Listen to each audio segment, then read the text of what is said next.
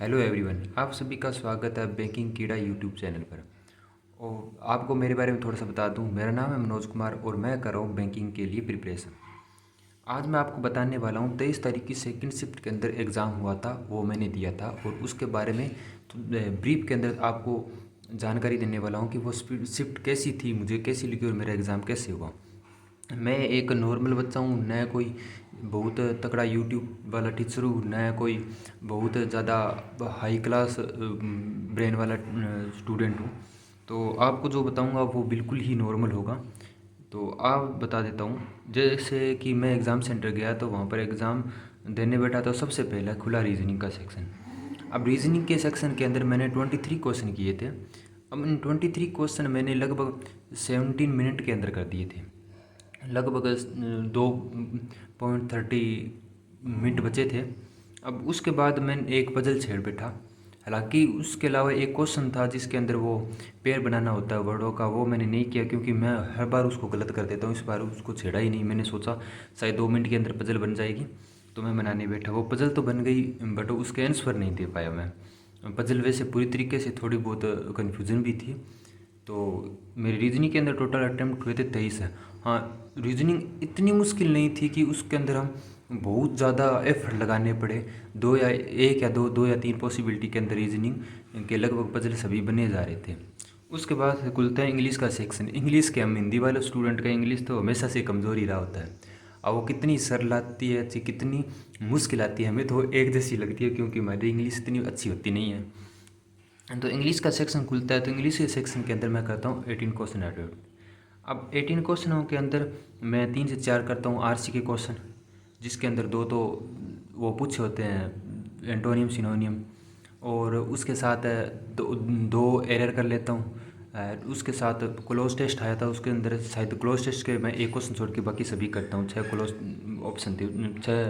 Question थे उसके ऊपर। ऐसे करके मेरे 18 अटैम्प्ट होते हैं और मुझे उसके अंदर लगता है मेरे 70 और 75% के लगभग ही एक्यूरेसी थी। ज़्यादा एक्यूरेसी है भी नहीं मेरी, शायद उतनी भी ना हो। उसके बाद अंत में खुलता है मैथ। अब मैथ हालांकि ठीक थी बट मैथ मैंने जो सोच के गया था वो उतने अटैम्प्ट हुए नहीं। सबसे पहले स्पीड मैथ का टॉपिक आता है, उसके अंदर से मैंने 4 क्वेश्चन स्पीड मैथ के चला दिए। मतलब उनको अप्रोक्सीमेशन के 4 क्वेश्चन मैंने आराम से कर लिए। उसके बाद रॉन्ग सीरीज़ को मैंने 2 को बना दिया और 3 ऐसी थी जो बनने ही नहीं वाली थी। मेरे को लगा नहीं बनेगी तो मैंने उनको स्किप कर दिया था। उसके बाद मैंने डीआई देखी, 2 डीआई थी। डीआई दोनों को ही लेवल अप था, अच्छे से ज़्यादा ही था थोड़ा। इतना टेक्स्ट बुक के अंदर आता है उसके लेवल का ही था, ज़्यादा इजी नहीं था। तो मैंने उनमें से एक डीआई उठाई। पहले तो मैंने वो जो टोटल रुपए दिए हुए मेल फीमेल का जो रेशो निकालना था वो दिया, तो उसके साथ थोड़ा बहुत टाइम लगाया पर वो नहीं बनी, तो मैंने उसको स्किप करके दूसरी डीआई पर चला गया। दूसरी डीआई के मैंने 5 क्वेश्चन अटैम्प्ट कर दिए थे। पर दिक्कत तब आती है कि मैंने एक डाटा गलत पढ़ लिया था। ये पेपर बाहर आने के बाद मेरे को पता लगा कि वहाँ पर डाटा दिया हुआ था सोल्ड और जो नोट सोल्ड जो टोटल था उसका। तो एक क्वेश्चन उसके अंदर दो या एक क्वेश्चन ऐसे थे जिसके अंदर वो नोट जो अनसोल्ड थे उसके बारे में पूछा हुआ था। तो मैंने वो जो टोटल थे उसके अंदर वो क्वेश्चन घुमा दिए, तो वो 2 क्वेश्चन तो वहाँ गलत हो गए मेरे। उसके बाद मेरे पास लगभग 4 1 मिनट बची थी। इतना करने के बाद तो मेरे लगभग 11 क्वेश्चन अटैम्प्ट हो गए थे। तो मैंने 11 से 12 क्वेश्चन अटैम्प्ट हो गए थे मेरे।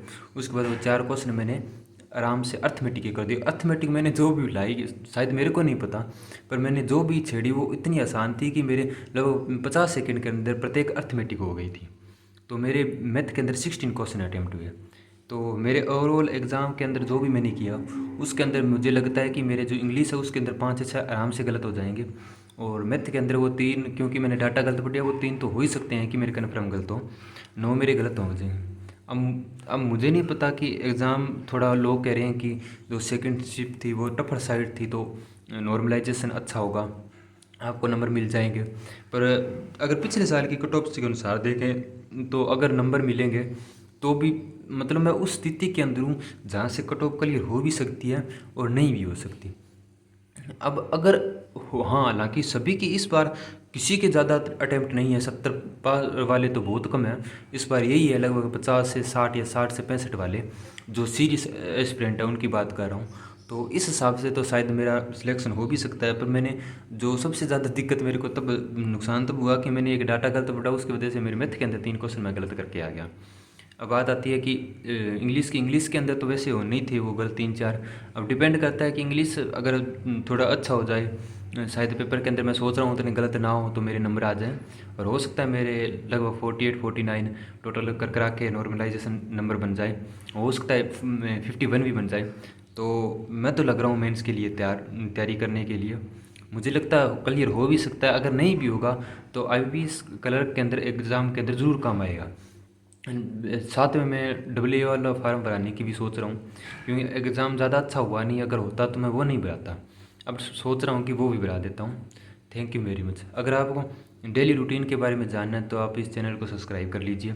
आपको बिल्कुल नॉर्मल, बहुत ज़्यादा टारगेट वाला नहीं, एक एवरेज स्प्रिंट की तरह सब कुछ मिलेगा और आपको सब कुछ प्रोवाइड होगा जो आप मांगोगे। अब मेरे बारे में आपको थोड़ा सा और ही बता देता हूँ मैं। इससे पहले मैंने कुछ एग्ज़ाम दिए हैं जिसके अंदर मेरे कुछ प्री निकले हैं, उसके बाद मैंने मेंस भी दिए हैं। तो इस बार हालांकि मैं तैयारी कर रहा हूँ, तो मेरा प्लान है कि मैं लगभग 3 से 4 प्री वुमेन्स निकालूँ, ऐसे जैसे कि RRB PO RRB clerk, IPS PO IPS clerk, SBI clerk. मेरा प्लान है कि लगातार मैं सभी एग्ज़ाम निकालूँ। तो अगर आपको जुड़ना है तो आप जुड़िए। Thank you very much.